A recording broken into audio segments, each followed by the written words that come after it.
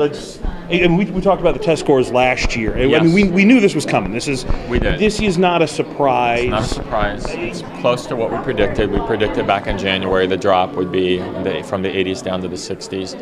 It's shown to be true.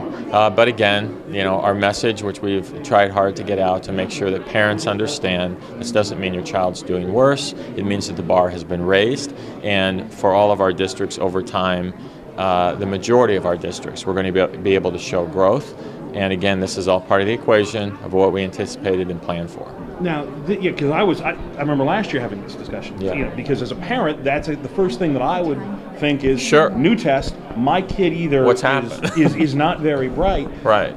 Some of the change for ISAT was to bring it more in line with high school curriculum. Yeah. There used to be a drop. Kids would be doing in elementary and junior high. Big drop off. Then they'd get to high school and they'd fall off. Yeah, they would fall off, and we saw that again and again year after year. So we back mapped from the ACT into elementary to try to get those cut scores up to where they would be commensurate.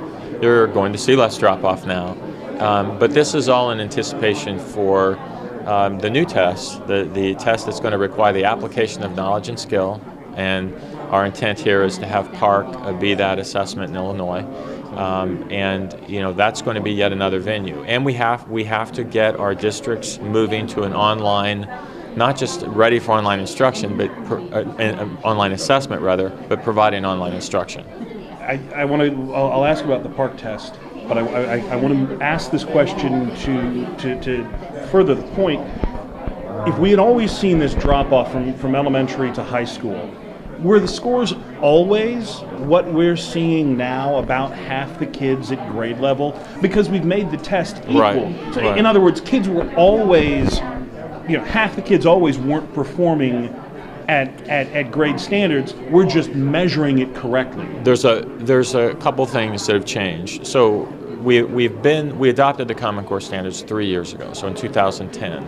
And we've incrementally also introduced those into the test. So we're changing both the content and also the cut score. And this year, we're going to be 100% aligned to the Common Core. So the standards are causing us to, of course, change the test because we want students to be assessed against what they're learning and what they're being taught. So that's all logical. But the disconnect between elementary and high school that you're referring to that's been in place, we expect you'll see a lot less of that. And certainly we don't want to create that as we move into a PARCC venue or the next assessment, because you can still get there if you've got two different types of assessments that aren't articulated. So which kids will we see sort of be a wash? I mean, it's certainly not going to be for the 8th graders. 7th, are you thinking by the time 3rd graders get into high school, they'll be apples to apples, Common Core and PARCC, PSAE, all of that?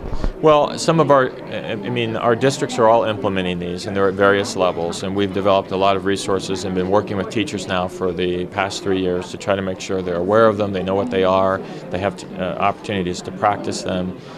So I think you'll see some variance in our districts and that students coming out of the districts like you do now. We have some districts that perform very well for a lot of their students who won't see a lot of change, and there's others that have performed more modestly, and they'll probably have a harder time. And those that are weak are ones that we're going to have to intervene with. So I'll end this part with this question: what do you tell parents of kids who are in 6th, 7th, 8th grade who just saw half the class not be able to read at grade level? Your children are still learning. And the benchmark has been raised, and it needs to be raised because we need more students able to complete college and careers. We need students to be able to leave high school and be successful. And right now, only about 20% of our students have been able to finish college once they enter in the state. We need a higher readiness for college and a higher execution, and also we need them to be prepared for careers they're going into.